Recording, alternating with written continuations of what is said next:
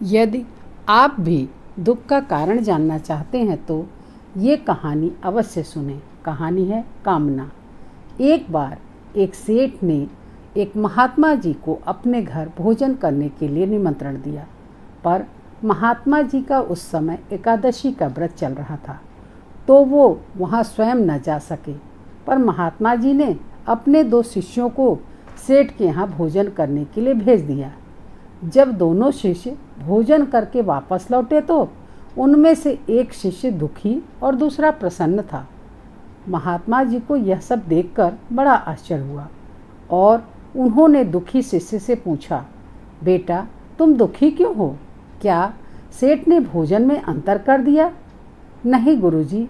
क्या सेठ ने आसन में अंतर कर दिया? नहीं गुरुजी, ये भी नहीं किया। क्या सेठ ने दक्षिणा में अंतर किया? नहीं गुरुजी, बराबर ही दक्षिणा दी, 2 रुपए मुझे और 2 रुपए दूसरे को।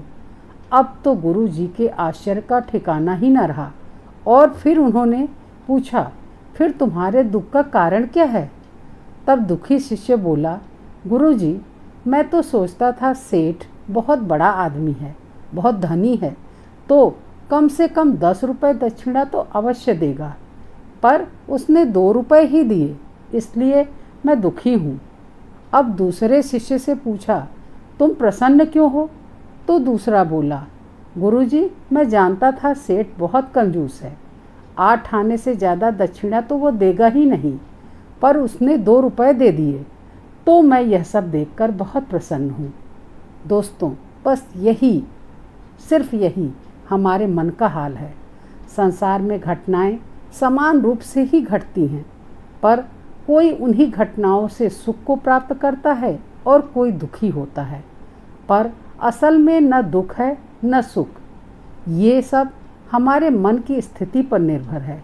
इसलिए मन प्रभु चरणों में लगाओ, क्योंकि कामना पूरी न हो तो दुख और कामना पूरी हो जाए तो सुख की प्राप्ति लगती है हमें। पर यदि कोई कामना ही हम न करें तो समझो आनंद ही आनंद है। ईश्वर की कृपा हमेशा हमारे ऊपर बनी रहती है। ऐसे में दोस्तों, कहानी कैसी लगी कमेंट करके ज़रूर बताइएगा तथा मेरे चैनल को लाइक और सब्सक्राइब करके मेरा प्रोत्साहन कीजिए। मिलती हूँ ऐसी ही एक नई और अनोखी कहानी के साथ। धन्यवाद।